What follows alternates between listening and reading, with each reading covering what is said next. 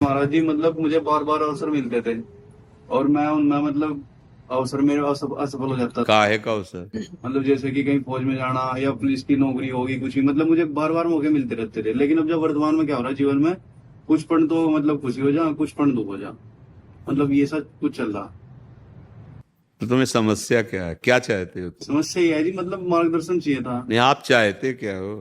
मतलब सुखी रहूं। सच्ची बात। तो गलत आचरण मत करो।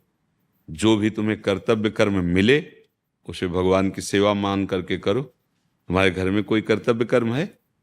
कर्तव्य तो होगा ही, ऐसा तो है लेकिन कर्तव्य, माता है पिता हैं, उनकी प्रॉपर्टी होगी, उनकी सेवा होगी। आपके अगर नहीं संयोग में बैठ रहा देश सेवा का, राजकीय विभाग का, तो और भी तो बहुत जीने के उपाय हैं, और भी समाज सेवा के बहुत से उपाय हैं। तो निराश होने की थोड़ी जरूरत है, दुखी होने की थोड़ी जरूरत है। बल मिला है, बुद्धि मिली, कोई व्यापार करो, किसानी करो। महाराज जी, मैं अगर कुछ बिजनेस करता हूँ तो उसमें तो कुछ पल तो सुकून मिलता है, लेकिन कुछ पल के बाद फिर भाई देखो, हमारी बात यह है कि तुम्हारे सुकृत और दुष्कृत दो ही हैं जो दुख और सुख प्रदान करते हैं। तो जैसे हमारे पूर्व पाप कर्म हैं और हम अच्छा व्यापार शुरू किए, थोड़ा बड़ा फिर नष्ट हो गया, तो वो पाप जो कर्म है, वो बाधा को उसको नष्ट करने के लिए राधा राधा राधा, कृष्ण कृष्ण राम कृष्ण हरि जो नाम, वो भगवान का नाम ही नष्ट कर सकता है।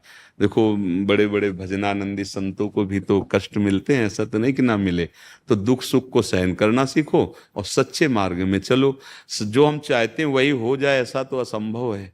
नहीं, सब चाहते हैं कि बढ़िया व्यवस्था, लेकिन चाह से केवल नहीं हो जाएगी, कर्म भी करना पड़ेगा उसके अनुसार। अच्छा, कर्म करते हुए सफलता नहीं मिल रही तो पूर्व का कर्म आपको बाधा पहुंचा रहा है। आप अच्छे पढ़े लिखे हो, आप स्वस्थ हो, आप वो पा सकते हो जो पाना चाहते हो, लेकिन नहीं बन रहा विधान, तो फिर उसका मतलब कोई हमारा कर्म है जो बाधा पहुंचा रहा है। भगवान का नाम जप करो, जैसी परिस्थिति में आए जीना सीखो। नहीं तो पढ़े लिखे बहुत हैं, नौकरी नहीं मिल रही, अब क्या करें? तो क्या शरीर नष्ट कर दे क्या, दुखी होकर बैठ जाए क्या, डिप्रेशन में आ जाए क्या? नहीं, कोई छोटा मोटा व्यापार कर लो, किसानी कर लो, कुछ करो करके, और जैसे बने वैसे जीवन को भगवान के चरणों में अर्पित कर दो। जाना तो है ही यहाँ, अगर अरबों खरबों भी जमा कर लोगे तो भी जाना ही तो पड़ेगा, और यही सब छूट जाएगा। तो समय व्यर्थ मत करो। राधा राधा राधा, जो कर्तव्य मिले। देखो, छोटे छोटे कार्यों से अगर करते हम चले जाएंगे और साथ में नाम जप, तो नाम जप पूर्व पाप को नष्ट करेगा, और कर्तव्य की जो हमारी उत्साह वृत्ति है वो हमें कभी ना कभी सुखी तो कर ही देगी।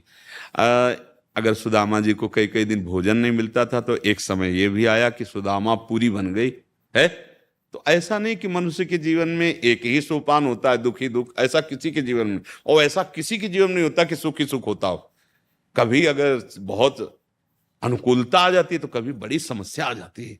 तो हमें समस्याओं में टूटना नहीं, अनुकूलता में फूलना नहीं है, यही अध्यात्म सिखाता है। और ऐसा नहीं है कि दुख सुख ना आते हों, आते तो सबको हैं, पर सह जाओ और अच्छे कार्य करो तो आप आगे बढ़ते चले जाओगे, सुख ज्यादा मिलने लगेगा और दुख से लड़ने की क्षमता आ जाएगी, निकल जाओगे। नहीं तो दुख ऐसे ऐसे आते हैं कि बस यही लगता है अब दूसरा उपाय नहीं, शरीर को शांत करना। पर शरीर शांत होने के बाद कोई 5 स्टार होटल थोड़ी कि वहां बुक हो जाएंगे जाके, फिर हमारा कोई शरीर मिलेगा इससे गिरा हुआ और वहां फिर भोग भोगने पड़ेंगे। अभी तो हम ऐसे कर्म कर सकते हैं कि शरीर बंधन से मुक्त हो सकते हैं। नाम जप करो, अच्छे आचरण करो, जो भी कर्तव्य मिले। देखो, अगर हमको परिवार चलाना है, व्यापार करना है, तो कुछ भी कार्य मिले अपनी क्षमता के अनुसार प्रयास करते रहना चाहिए। ऐसा नहीं है कि हम प्रयास करते रहे निष्फल ही होते रहे, ऐसा भी नहीं है, ऐसा नहीं है। एक बार, दो बार, तीन बार, लेकिन चौथी बार तो हमारी सफलता होगी। हमें निराश नहीं हो। हमने तो यहां तक कहा कि 1000 बार अगर साधक गिर जाए तो भी वो परमार्थ ना छोड़े। हम 1000 बार परास्त हो गए, लेकिन कोई तो ऐसा अवसर आएगा जब हम इस दुश्मन को मारेंगे, क्योंकि हम अविनाशी के बच्चे हैं। हम हार नहीं मानेंगे, हम हार नहीं मानेंगे, हम प्राप्त करके रहेंगे भगवान को। तब मार्ग में सफलता मिलती है। हारो मत, आगे बढ़ो, नाम जप करते रहो, अच्छे आदमी